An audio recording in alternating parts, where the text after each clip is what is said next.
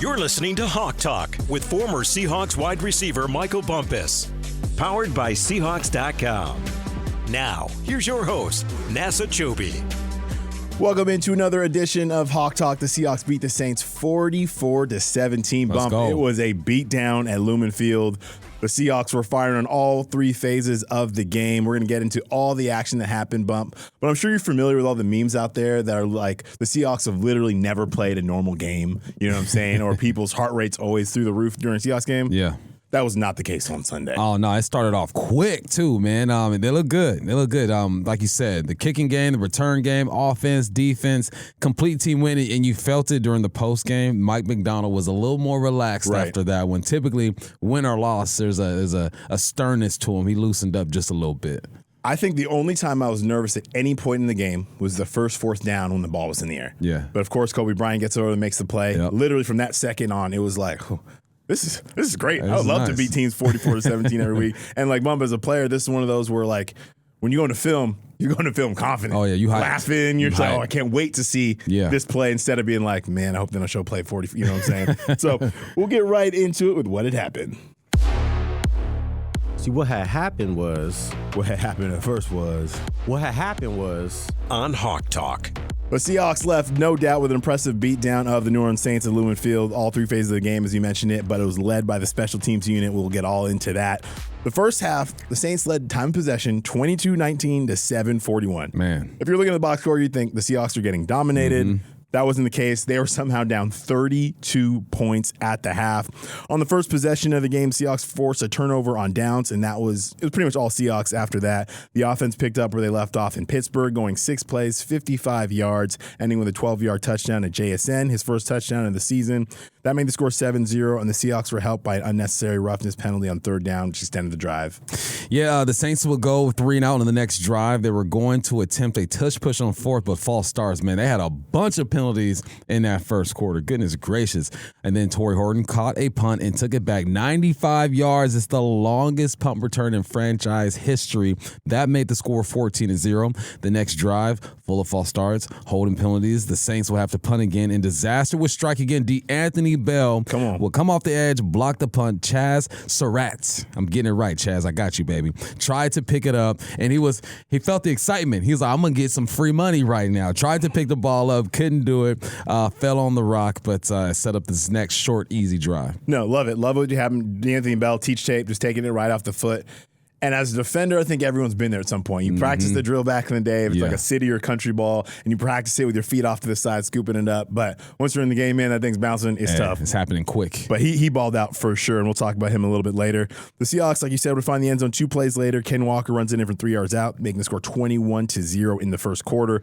Saints would finally get on the board. 16-play, 65-yard drive, settling for a field goal. Then again, special teams comes up big again. Shout out Derek Young, took the ensuing kickoff, ran it back 60 yards. And with a short field, Seahawks are in the end zone 3 plays later when Sam Darnold found Torrey Horton for a 14-yard touchdown. That made the score 28-3. Yeah, nice seeing Derek Young, man, get some love. He's on this team for a reason. He hang around for a reason, and that's one of them. And big ups, Torrey. The Saints will go 3-and-out on their next drive, and the Seahawks would really put the nail in the coffin. They go 76 yards on just 4 plays and capped off the drive with a 1-yard touchdown by Ken Walker, which made the score 35-3. This was set up by a 45-yard completion to JSN. We'll break that down later during a film study. After a Saints missed field goal, both teams would trade made field goals and go into halftime with the Seahawks up 35-3. Yeah, that was it was out of hand. It's not the final score. That's halftime. No. The Hawks would add field goals in the first 2 possessions, second half, extending the lead to 44-6, and that was it. Saints get in the end zone late, make it a little closer, and it was, wow. I mean, again, we talked about it. The comfortability in the postgame show with the game with that score, unreal. The Seahawks scored on the first 7 possessions. That's the first time in franchise history. I mean, that's domination right there. Domination. Seahawks scored 38 first-half points, was the 3rd most in franchise history. Yesterday was also the 5th time in franchise history, first since the Super Bowl year in 2013, holding opponents to 17 points or less in each of the first 3 games of a season. The boys are balling out. Domination. 17 points. I told Stacy on our show, I go, well, if they can hold teams to 17 points, I like our chances to get to the conference finals. Yeah, I think so. Or the championship game, conference championship game. Well, you're probably going to lead. You're probably going to lead the NFL in scoring defense like the Seahawks did during that dominant era. Right. If you're giving up that many points per game, so very cool thing. And the Seahawks defense did a great job holding Alvin Kamara to 42 yards on 18 carries. Great day at the offense bump. But what'd you learn? What was the biggest thing that you learned from Sunday? Young guys are making plays, and the unknowns, right? The DeAnthonys, the Kendrick, Ty Okada had a big hit on one of their players. Torrey Horton. It's just it's nice to say names that people aren't too familiar with. Like, these names, but you're not relying on these names. So show the depth. The secondary is deep too, man. With all those guys being out, everybody was making plays. Big ups to Job too. Yeah, absolutely. When you said depth, that was the thing I was going to say. And the cool thing about it is Mike McDonald, AD, everyone on the defensive staff is going to have a great problem to have when everybody's healthy again, because everyone on the field is making plays. And speaking of making plays, Playmakers. Touchdown, Seahawks! Playmakers. Show them what time it is!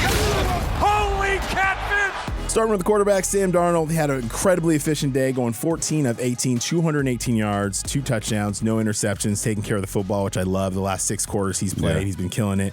Darnold had a passer rating of 154.2, which is second highest passer rating in franchise history behind Russell Wilson, who had a perfect score of 158.3. So just love what we're seeing from Darnold. He is playing.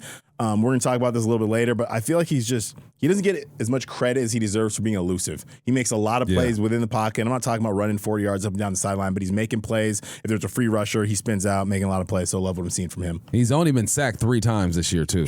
Only 3 times. It's like the third least, I believe, out of all the guys who have played in 3 games. Sam Darnold is elusive, and big ups to that O-line, too. And JSN got it done as well. 5 receptions, 96 yards, 1 touchdown. First touchdown of the season. It felt like he already had one before then for some reason. JSN now has 185 catches, passing Corn Robinson for 4th most in the player's first 3 seasons in franchise history. He was 4 yards away from 100 yards. Man, that would have been 3 consecutive games with 100 yards. That would have tied the franchise record. They must not have been aware. There's no way Kubiak said, you know what, forget your 6 yards that you need at the half to go get this number here. They're more focused on getting the win, getting guys out healthy. I get it, but I wanted him to get that record. Oh, man, I was sick. I was sick when the starters came to the sideline, because I'm like, JSN is so close. Yep. But like I said at the beginning of the year, so far through 3 games, I feel like it's holding true. He's on pace. I said I think he's going to break DK Metcalf's single-season record for receiving yards in a season, and he's already in great shape. To break that record now, he has to get 1,000 yards in the last, 15, 14 games of the year. Yeah. I feel pretty good about that. Feel good about it. Second leading receiver in the game right now behind Puka Nacua. It's crazy. NFC West has the top 3 receivers in the game right now. You got Puka, you got Jason, and Pearsall. Oh, yeah. But receivers in this division are going crazy. Then look at Ken Walker. He's not going to wow you with yards. He had 38 yards on 16 carries, but he did have 2 touchdowns, some tough, hard-fought yards. He needs 2 more touchdowns to pass Sherman Smith for 5th place on Seattle's all-time rushing touchdowns list with 29. We'll talk about this a little bit more, too. The run game on Sunday statistically wasn't great. I feel like they didn't run a ton of plays, hard to get in a rhythm. The type of game that was played is hard to judge the run game on it, but either way, I love Ken Walker getting in the end zone. The run game was more effective than the numbers are going to tell you, because it influenced that second level. They were adding guys to the box to stop the run, which opened up some passing lanes behind it. So it was effective, just in a different way. You're not going to see it with the yards, but you see it how the defense played it, open some other guys up. Like this guy, Torrey Horton, 3 receptions for 32 yards and 1 touchdown. 95-yard punt return, the longest in franchise history. First punt return for a touchdown since Tyler Lockett in 2015. Can't believe it's been 10 years. He became the 3rd player in Seahawks history to record a receiving touchdown and a punt return touchdown in the same game. My teammate Bobby Ingram did it in 2003, and Joey Galloway did it against San Diego in 1998. He's already doing some things that many haven't done wearing this uniform. No, I love Torrey Horton. He coming out of college, he had that injury, which thankfully, not because he was injured, but that allowed the Seahawks to get him where they did, and he's a hell of a player. He's quick. I love having a potential threat, like a real threat on punt return. Yeah. Not just being like, man, I'm happy we received the football. Not just a possession guy. No, someone's going to make people miss, and we got to see them full display on Sunday. Then shout-outs to the secondary. We kind of mentioned it. Josh Jobe, I've heard you say it multiple times. He is playing the most technically sound of anybody in the secondary. Yep. You just put on Josh Jobe tape if you're a young corner out there and just learn. because the way he's moving his hips, the way he's mirroring guys, and he's being physical. I don't know if I noticed that came across the tape to me. 11 tackles, 1 pass defended, but every time he's hitting people, they're getting hit. Yeah. You know what I'm saying? So he's bringing his shoulder, so I love that. And then Darion Kendrick. All he does is around the football. He would love to have a couple more interceptions, and I think he'll bring those down, but he still has 2 interceptions. He had 4 tackles, 3 passes defended, and 1 pick against the Saints. And when you're in the right position and you're doing what you're supposed to do, the ball's going to find you. And Kendrick is a perfect example of that. 5 passes defended on the year so far leads the team. 2 interceptions so far leads the team. Thank you, Rams. We appreciate your contributions to the secondary. Next up, we got Byron Murphy. He had a quiet, good game. Mm-hmm. You know, a typical defensive lineman game. If you ain't getting sacks like that, which he did get 1 sack, people ain't going to notice you. But he had 1 sack, 3 tackles, 1 TFL, 1 QB hit, and he wins the biggest chain award for post-game. That chain, that Cuban link was his Cuban Lincoln, for sure. Love Byron Murphy. Always swagged out for sure. And then lastly, Seahawks special teams. I mean, if I'm Jay Harbaugh, I'm walking around this building with my chest puffed out because his team balled out. I love what we saw. Horton's 95-yard punt return touchdown. D'Anthony Bell blocks a punt. Derek Young, 60-yard kickoff return. Myers, 3 for 3 on field goals, 5 for 5 on PATs, 46-yard average by Dixon on punt. I mean, you're almost never. The only thing we didn't do is block a punt. That's it. Or a kick. I mean, love what we saw from that unit. That special teams are a third of the game. I know we don't spend a lot of time talking about them, but guys in this building, guys on this team take pride on it. A lot of guys make a living off of special teams, so I love to see what they're doing there. Bump, let's flip it over to wide receivers. I love a lot of people on this box score.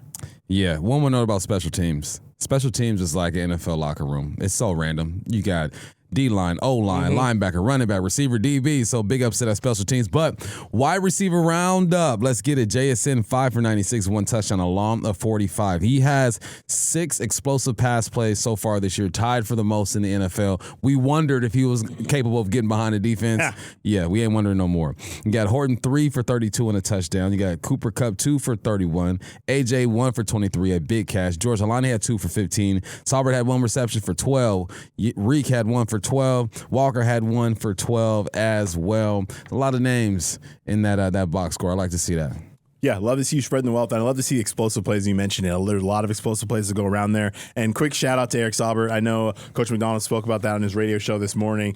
He had that catch and just everyone running to the football. When you get hats to the football, good things happen on both sides of the ball. Love what we saw there. And now we're going to get into the film room, Bump. This is your chance to nerd out, let us know some of the biggest plays in the game, and none was bigger than Torrey Horton's 95-yard punt return touchdown. Kroger is punting. Torrey Horton, the rookie, is deep for the Seahawks. He stands just inside his own 20. I saw Kroger during warm-ups, and he had a couple of rainmakers, and here's one. This is a long, high spiral. Horton back at his own 5, gets 1 block, gets 2 blocks, turns upfield, got some running room across the 30, 35, he may go 40, what a block, midfield 40, 30, 20, 15, 10, 5, Mr. Horton, touchdown, Seahawks! Unbelievable blocks. Great run by the rookie. 95 yards. And the Seahawks take a 13-0 lead over the Saints. Holy catfish. What a return. And what a great job of blocking by those special teamers. Well, first, possession is everything. Good job reading the football off the punter's foot. Floats him over to his right a little bit.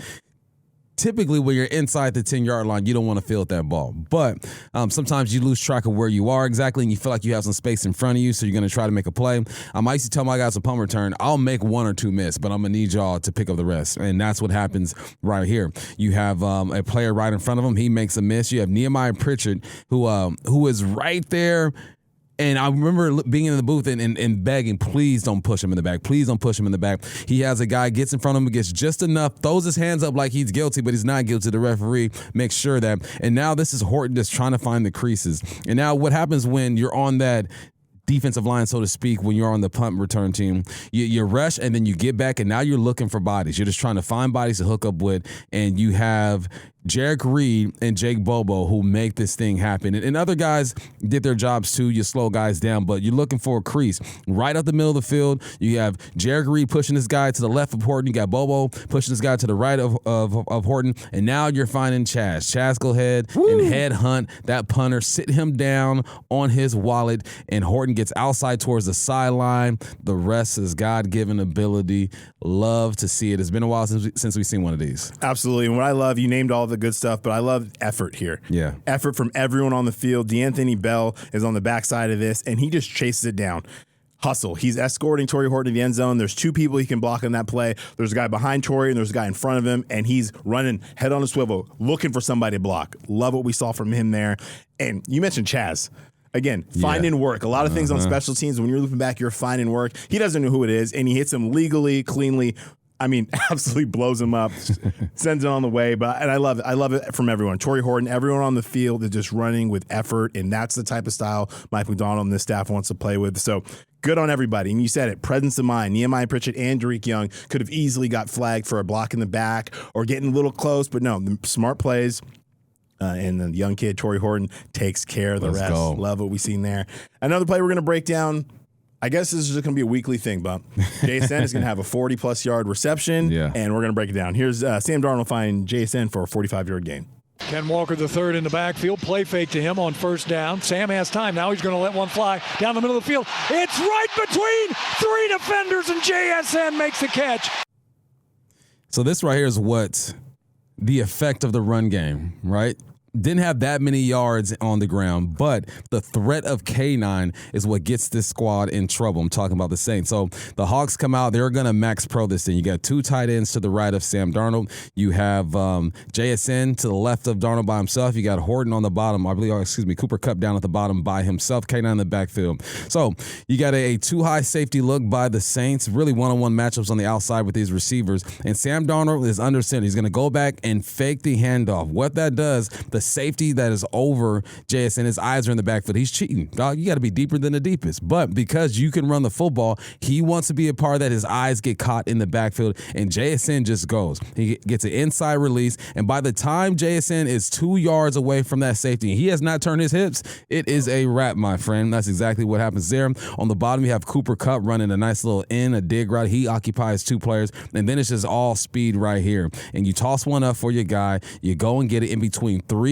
defenders. But on this offensive line, Anthony Bradford picks up a blitz and makes this things happen. You get the play action. You're getting blitzed by your Mike linebacker. Jam that thing up. Give your quarterback some time. We know if he has time, he will make the play. Good throw, good speed, great execution.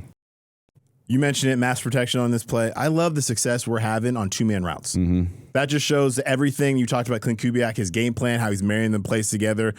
We're running the football a ton. You got people in the box. I love JSN's release, first off. Yeah. The corner is playing inside, doesn't get a hand on him. Okay, mistake number one there. And then the safety, he was looking in the backfield, and to your point, JSN's on your side, and he breaks that cushion. If he's even with 3 yards of you, it's a wrap. And your feet are kind of flat-footed, no chance. Darnold kind of holds him there looking at Kupp, and then perfect ball from Darnold to JSN. They got 3 guys in the picture. Once again, though, JSN is running behind the defense. 3 straight games with a 40-yard pass play. I love what we're doing within this offense. And, again, JSN, his ability to get behind the defense. Yeah, he might not be a 4-3 guy, but on the field, he's a 4-3 guy. Yeah, on the field, he is a 4-3 guy. Some guys test well, some guys play well. Some guys do both. Yeah, he does both. And love what we're seeing from them. But, Bump, this is a short week. It's already going to be a Thursday Night Football coming up against the Cardinals. So we don't even have time to do a separate podcast. Nah. We got to stay right in here, and we'll look ahead to those Arizona Cardinals. What's on tap? What's on tap? Arizona Cardinals 2-1, second place in the NFC West. Cardinals lost their first game of the season against the 49ers on the road, but that wasn't even the worst part. According to Adam Schefter, running back James Conner will miss the rest of the season with a severe ankle injury. Conner has led the Cardinals in rushing each year since 2021, so that's a huge blow to the Arizona Cardinals. Looking at this game between the Niners and the Cardinals, defensive battle. 49ers were without starting quarterback Brock Purdy. Mac Jones once again got the start. Had an average day, 27 of 41, 284 yards, 1 touchdown, 1 interception. But when the game was on the line, something you don't hear often as Mac Jones in the NFL, he delivered. He led the 49ers on a 10-play, 63-yard drive, ending with a game-winning field goal by newly acquired Eddie Pinheiro. Where's Moody? Oh, come on, man. My bad. Come on, Bump. My That bad. was messed up, My bad. man. But before this game, Jones was 3 of 17 in these type of comeback situations. So he showed up, balled out, and then we're going to talk about the ageless wonder in a second. Calais Campbell, man. He forces a holding penalty in the end zone on Dominic Pooney, gave them the lead, but they weren't able to close it out. Yeah, big up to Calais Campbell, man. Still in the game, representing for the 80s babies. We appreciate you. The Cardinals had the ball with 3:10 left in the game with a 15-13 lead, but went 3 and out before the 49ers game-winning drive for the Niners. Christian McCaffrey had 140 total yards. Typical day for that man. Yep. Ricky Pearsall led all receivers with 117 on 8 receptions. For the Cardinals, Murray was 22 of 35 for 159, 1 touchdown, and 0 interceptions. Yeah, and then the thing, so Trey Benson comes in for James Conner. He's been on the team. He's been in the league a couple of years. Once he came in, he had 42 yards on 10 carries. Marvin Harrison, he had 3 receptions for 44 yards. Trey McBride, breakout season last year, which we'll talk about. He had 43 yards and 5 receptions. The Niners are going to host the Jaguars next Sunday, and the Cardinals are welcoming the Seahawks, obviously, on Thursday.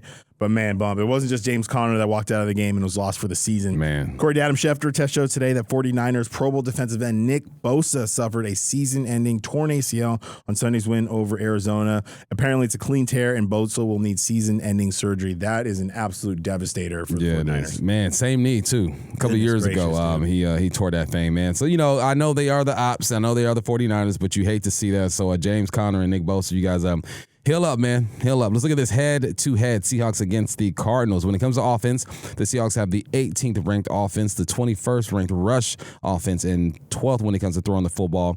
5th when it comes to points per game. You drop 44. That'll help. That number's going to help a little bit.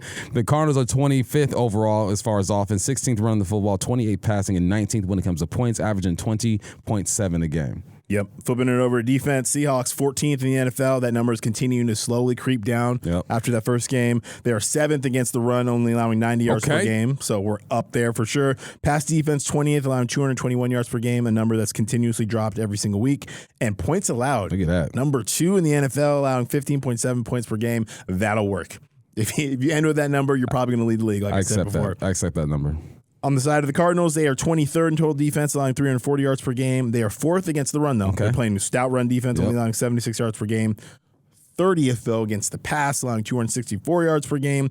And they're also doing pretty well in points allowed, allowing 17 points per game. So decently evenly matched defensively. Obviously, there's some discrepancy there with the pass defense. Seahawks, though, have 5 interceptions to the Cardinals, 2. Yeah, it looks like this could be a defensive battle we got going on as far as scoring points. But no, this is going to be a good game. The Cardinals are always a team. I just don't know what to make of them because there's talent over there, obviously. But it's all putting these games together. A battle of the 2-1s. Let's get it. Absolutely for the NFC West. But before we get to that, let's know the history. Know your history. Seahawks lead the all-time record 29-22-1. Seahawks have won 7 games in a row against the Cardinals, 8 of their last 9. Hawks are 10-1-1 at State Farm Stadium since 2013. The last Cardinals win was November of 21 when Russell Wilson was still recovering from a broken finger. In the last matchup, the Seahawks went down to the desert and beat the Cardinals 30-18 last December. Story of that game was Zach Charbonnet. If you remember, that was his breakout game. Seahawks control the clock. Charbonnet, career high, 134 rushing yards, 2 touchdowns on 22 carries. The Hawks really took control after a 51-yard touchdown run by Charbonnet. That made the halftime score 24-10. Geno Smith had a good day, 24 30, 233, 1 touchdown. JSN led all receivers, 5 receptions, and 1 touchdown. That was when things were great last year. Capped a 4-game win streak. Things went a little downhill after that, but no need to dwell on the past. Let's take a look around the NFC West. What's the word? Where my soldiers at? West side! Where my soldiers at? West side! And the Seahawks are the NFC West champs again. What's the word in the West on Hawk Talk? 3 weeks through, this is the best division in football. You have the Niners who are 3-0, Cardinals 2-1, Hawks 2-1, and the Rams are 2-1.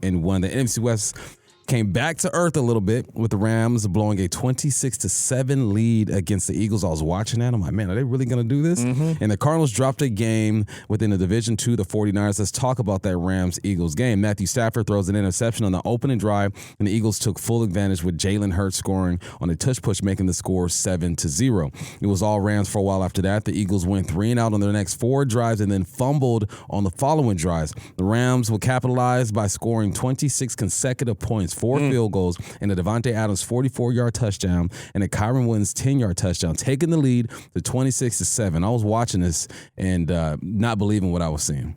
I was concerned. Yeah. I was very concerned. I'm like, they're playing the defending Super Bowl champs in their house, and they're putting it on them. Yep. 26-7. But bump, there's the collapse. There it is. Eagles scored 4 second-half touchdowns, including the game sealer, trailing 27-26. Rams put a nice drive together, drove into field goal range. They had their previous kick block before that. 3 seconds left. They attempt the game winner. It was blocked and ran back by Jordan Davis for a 60-yard touchdown as time expires. Hate to see it. Big boy touchdown. Love to see that. Jalen Hurts had a solid day, 226 yards, 3 touchdowns, also rushed for 40 yards. A.J. Brown had 109 yards. And on the other side, Stafford, 19-33, 196, 2 tuds and 1 interception. Kyron Williams also had 94 yards on 20 carries.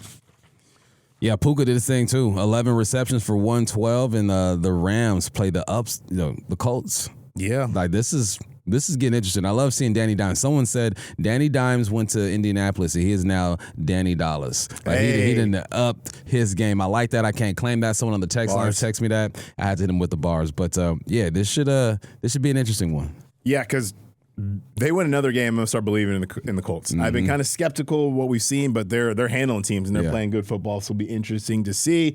But let's flip our focus back to those Arizona Cardinals. Man up. Hey, who you got?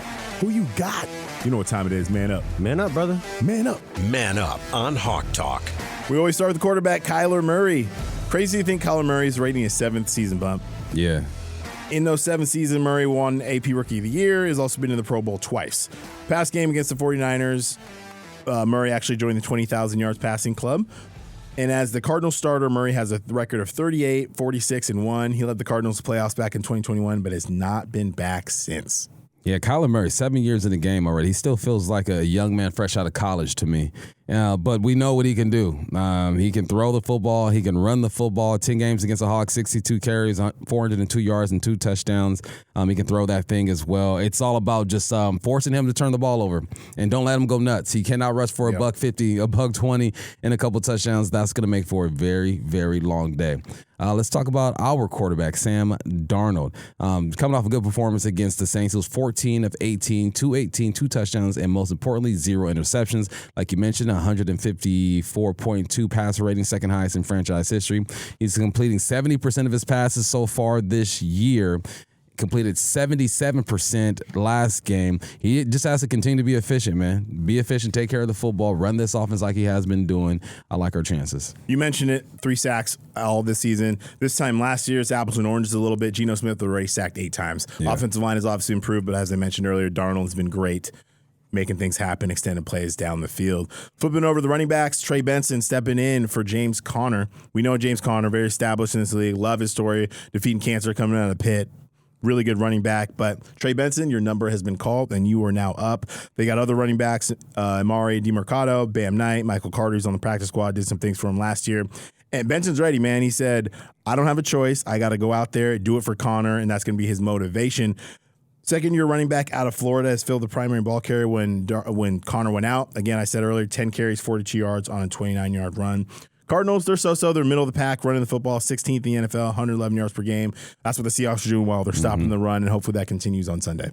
Yeah, let's get it. Let's talk about our running backs, Ken Walker and Zach Charbonnet. Man, wasn't the production that you wanted out of those guys, but like I said, the threat is real with these guys in the backfield. So you got to respect it. Ken Walker had 38 yards on 16 carries, but he scored 2 touchdowns. Helani was filling in for Zach Charbonnet. He had 27 yards on 10 carries. Listen. Sometimes it's just about the matchup. Sometimes it's about the influence you have on the defense. Right. And there's going to be days where the pass is working. There'll be days where the run's working. And then there'll be days where everything is working. So let's hope for those days. So far this year, Ken Walker has 163 on the ground, 3 touchdowns. Charbonnet has 57 and 1 touchdown. The Cardinals are good against the run, 4th in the league, allowing 76 yards per game. So it's going to be tough. Yeah, absolutely. But that's not going to deter this team. We know they want to run the football. And the best games are when people know you want to run the ball and you still do it. So big ups to that offensive side. Disrespectful. Come on now. Then looking at their weapons on offense for the Cardinals, Trey McBride, Marvin Harrison. Trey McBride, he's on the scene. Last year, he put the league on notice, 111 receptions, 1,146 yards, 2 touchdowns. He was 11th in the NFL in receiving yards total, second among tight ends. He was 4th in receptions in the whole league, second among tight ends, only behind Brock Bowers. And he's set all kinds of franchise records for the Cardinals, and he's been really good against Seahawks. In 2 games last year, 19 receptions, 203 yards. So far this year, 17 receptions on 182 and 1 touchdown. He's a dog. You got to make sure you account for him. I'm still a little salty about that Rams game last year on the play on the end zone, but anyway, I'll shake it off. And the other thing, Marvin Harrison Jr., top pick last year or 4th overall in the 2024 draft. 62 receptions, 885, 8 touchdowns last season. This year, he's got 10 receptions on 17 targets, 142 yards, and 1 touchdown. Very talented receiver, so the Seahawks definitely have some guys to look out for. He got that pedigree, got that DNA. Marvin Harrison, got to look after him, but we got some guys too. JSN and Cooper Kupp. It was another big week for JSN. 5 receptions, 96 yards, 1 touchdown. The first of the year, he's got 185 catches, like we mentioned, just past Corn Robinson for 4th all-time in a player's first 3 seasons. You know what? He now has 3 straight games, like you said, with 40 yards, receptions, or more. He's got like a 40, a 43, and a 45. My man is doing, he's second in the NFL with 323 yards and 22 receptions, 14 per clip. And Cooper Kupp, he's going to have a day. Cooper Kupp's going to have a day where he goes for over 100 and a touchdown. But, he's doing what's asked of him so far. 2 receptions for 31 yards against the Saints on the season, 11 receptions for 136. He's going to be okay. I'm not worried about Cooper Kupp. No question about it. Like you said, that production will be there. And the last one we want to look at, Bump, I mentioned earlier, Calais Campbell, man. Ageless wonder. Yep. Spoke about him last week. This man just makes plays. He's an 18-year vet. So let's put that in perspective a little bit, 18 right? 18 years. His career is long enough to join the military. He'd be going off to college. And here's the thing that got me. He's old enough that he played in the Super Bowl against the Steelers in 2008. The crazy game, Santonio Holmes in the back of the end zone. James Harrison had that long one. That's crazy. And my personal favorite, he's old enough that you two were playing in the league at the same time. Same time, baby. He was there before I got there. While I was there, still there. Oh, man. He's a dog, man. He spent the first 9 years with the Cardinals, played 3 years with the Jags, led them to an AFC Championship game, 3 in Baltimore. The dude is just baller. Yeah, man. Big ups, Calais. When he's done, he needs to be a voice actor for Disney cartoons or something, because that voice is undeniable, man. On the year, 11 tackles, 2 sacks, 2 TFLs, 5 QB hits. Not this Thursday, though. Calais, calm down. Take a knee. Come on now. All right, here we go. Like I said, short week, and we're going to let you know how the Seahawks are going to get this done. Path to victory. At the 45, waits for the snap. Michael Dixon puts it down.